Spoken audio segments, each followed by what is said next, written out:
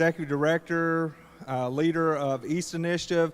But beyond that, he's a great friend to my office. I consider him a personal friend, and just continues to support our offices and the Department of Education through the East Initiative, and more importantly, continues to support our schools and our students. And so, Matt, I'm going to turn the floor over to you. Thank you. It's yours for about 15, 20 minutes. If you need longer, we can adjust. Thank you, Anthony. I won't need any more than about an hour and a half.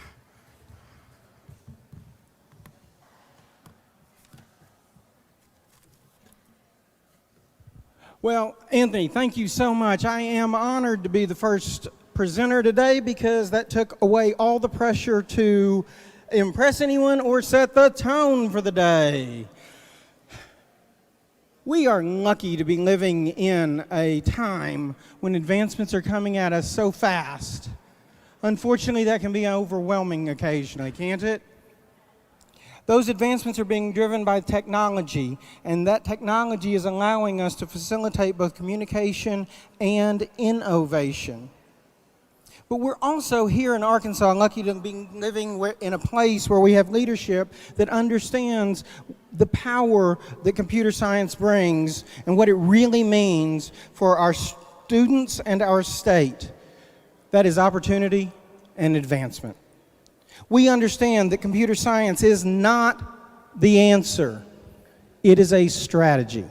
It's a strategy to get to our real goals. Welcome to Berryville. Population 5,000. Salute! In Berryville, Arkansas, a student group there is working on, or has worked to develop, a wearable device using 3D printing and coding that is functionally a solid object sensor. That solid object sensor was developed because they have a colleague, a fellow classmate that is passionate about running, but severely visually impaired. That classmate is now wearing a wearable device, which you're looking at is version 1, 2, and 3 shrank considerably. A wearable device that senses when you are getting close to a solid object and begins to increase its beep and tone, and otherwise allows someone who couldn't be on the varsity team to not only be on the varsity team, but to succeed on the varsity team. Berryville is part of the East legacy, and we're proud of that. That is a legacy that wraps around and includes a vast, vast group of people. From our students that are currently enrolled, let me introduce you to Arkin. For the past 5 years, Arkin has been working on the object in his hand. That object is a prosthetic leg. And I know that seeing 3D printed prosthetics is becoming blasé in the news today. So let me up the game on that. That's Arkin's prosthetic leg.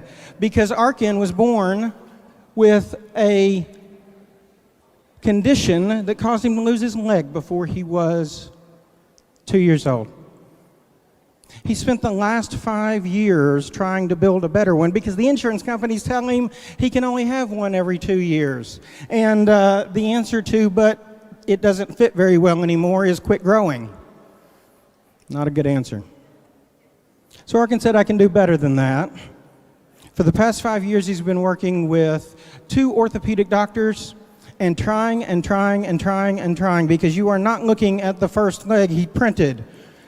You're looking at the millionth leg he printed because the first 500,000 didn't really work out. But the one you see in his hand, he wears. He can run, he can jump. You cannot even tell that he's wearing a prosthetic device. And when he starts the 8th grade next year, I think Arkin is going to do pretty good. We have a legacy of alumni that are going on to achieve and succeed at levels people don't typically expect. I want to introduce you to Mr. Tevin Wooten. You probably have already met him if you watch the TV anytime there's a flood, famine, hurricane, or whatever, because Tevin is the youngest on-air talent that the Weather Channel has hired since the person that he's functionally replaced, Mr. Jim Cantori. Tevin is a product not only of East and Arkansas, but Tevin is a product of a desire to marry the very skills that we're talking about. Because he was an expert videographer who became good at being an on-air talent, but he wanted to be a scientist. So he went to Florida State, became a meteorologist, got picked up by the Weather Channel, and now it's Katie Bar the door. Next to him is Miss Claudia Raffo. Claudia was Miss Arkansas 2018. That's pretty impressive. What's really impressive is Claudia is a chemistry major. Now, I know that she's no longer Miss Arkansas. No, that's Darren Doglum. She was crowned last weekend. It's okay, because Claudia was able to pass her crown to another East alum who's going into pediatrics. That's 2 in a row. That's pretty cool.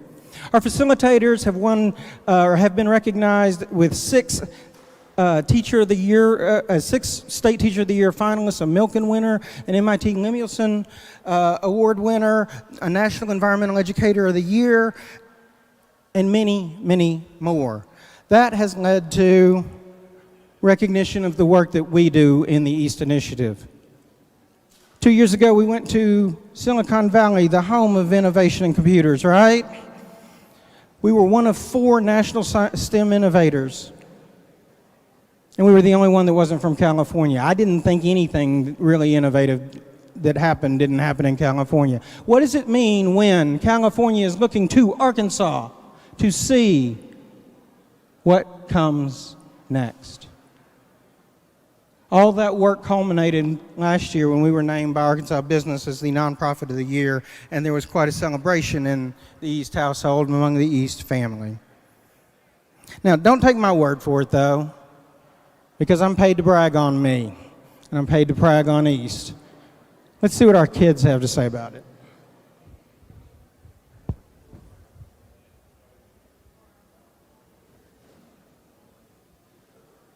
It starts with an idea. A big idea. Sometimes an idea is so big and so difficult. You have to come up with a different plan. So that's when you go to plan B. And sometimes C. Okay, sometimes you make your way through the entire alphabet. But then that idea takes root. And then it blooms. It blooms. It blooms. And that idea is born through East. Education that's powered by technology. By creative thinking and problem solving. By overcoming obstacles. Constantly revising. And continuously rebuilding.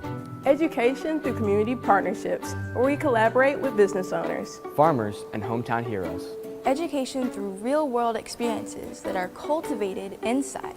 And outside the walls of a traditional high school, Middle school. Elementary school. And college. The skills that we learn at East will impact us for the rest of our lives. For the rest of our lives. For the rest of our lives. We have the ability to develop, build, and design architectural models. All while building character through service in our community. We can help patients recover from cancer with 3D printing and scanning. While discovering a sense of independence and self-motivation. We can preserve history with virtual reality. And build applications for today's learner. All while securing our future behind a desk. Or even outside of a building. We're better leaders. better communicators. Better problem solvers. Because we care. We care. We care About what we're learning. And we're empowered and driven by what we're doing. Because East isn't just an education. It's an experience. And it all starts here. When we get that up on our website, it's going to sound a whole lot better. What's really impressive to me is our alumni. Wrote, edited, and directed, gathered the students. It's a humbling work. How do we do that? It's built on 4 very basic common sense ideas that we call the foundations of what we're doing. The first is it is technology driven. There are over 65 different pieces of technology in the East classroom, but those technologies are put to use in the service of others. That is where that community service component comes in. You want to build citizens, you give them something to do from an early age and let them become a contributing member of their community.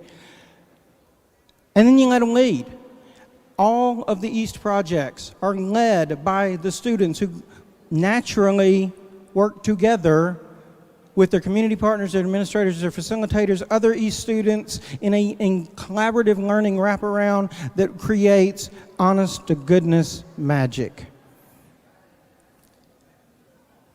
It is also built on a network of what will be about 270 schools when the school year starts, 600 administrators and facilitators who are busy facilitating and overseeing the work of 25,000 students from third grade to college, and a network of 2.5 million estimated alums that have gone through the program that are doing the most incredible things.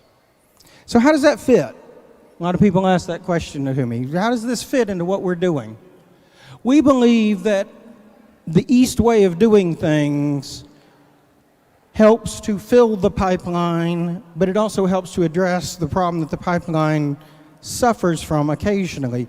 We are the funnels on both ends. We're the funnel that attracts and allows students to get in and try things without the pressure of having to take the big test, because the big test is, do you want to do it? Without the pressure of failing at something, because failure is actually not succeeding yet.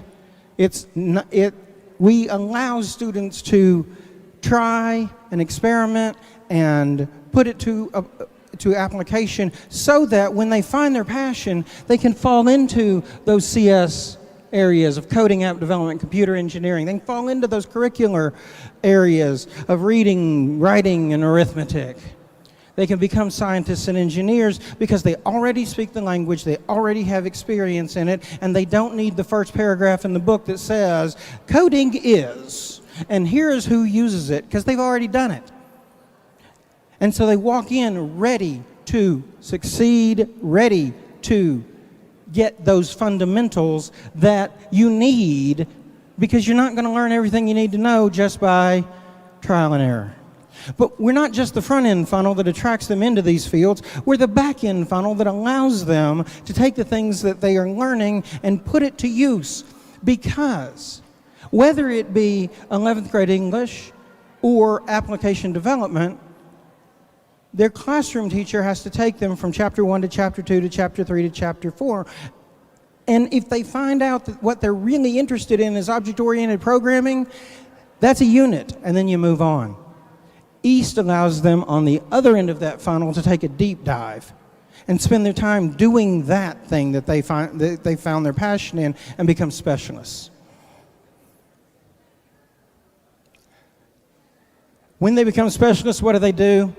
2 more quick examples. Southside B branch, population, I don't know, but it would fit in this room. Students there are working with occupational and physical therapists and they have developed virtualized OT and PT programming so that those therapists working with real people are using virtual reality as part of the therapy regimen. If that's not impressive enough, take you to North Little Rock, where at the middle school, the students are using tools as sophisticated as hammers, saws, and drills. And if you really want to see brave educators, hand a 6th grader a saw.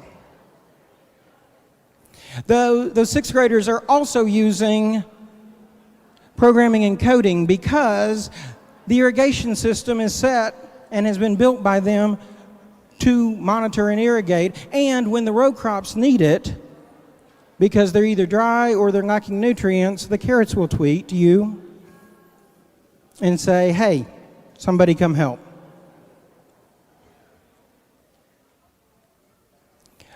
Over the years, and actually from the beginning, we have been fortunate enough to have people take a look at what we're doing and agree with us. We have seen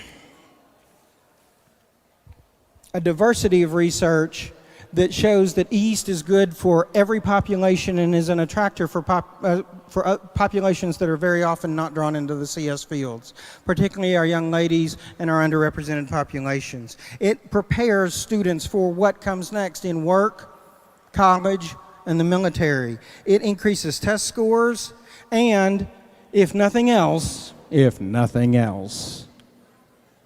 The last year that we have complete numbers for, we'll release last year's numbers as soon as we have finished chunking them. The last years we have complete numbers for East students had a $66 million economic impact in the communities in this state alone. $66 million. What'd you do in the 4th grade? That's the fancy stuff, but these are the outcomes. This is what East and this model can bring to our students and to our communities. And guess what? Every time higher ed, business, and government get together and talk about what schools should do, this is it, right here. These students live in a world that they are creating and are prepared to go and succeed. Now, I grew up in an 8-bit world, okay? When all my Pac-Men died, I had to start over at level 1 until I discovered the cheat codes. Turns out, somewhere in that programming, you could get infinite Pac-Men, or you could start at level 10. But that's not cheating. That's understanding the system and taking advantage of what is built into it.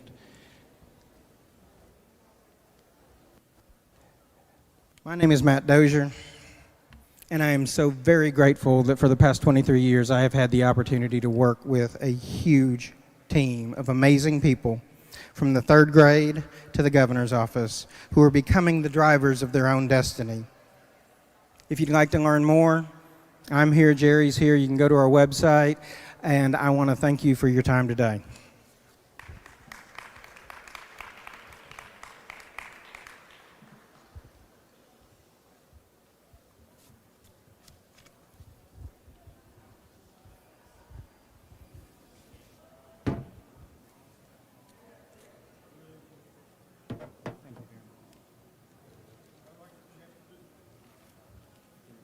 Let me get off of here so I don't get in trouble.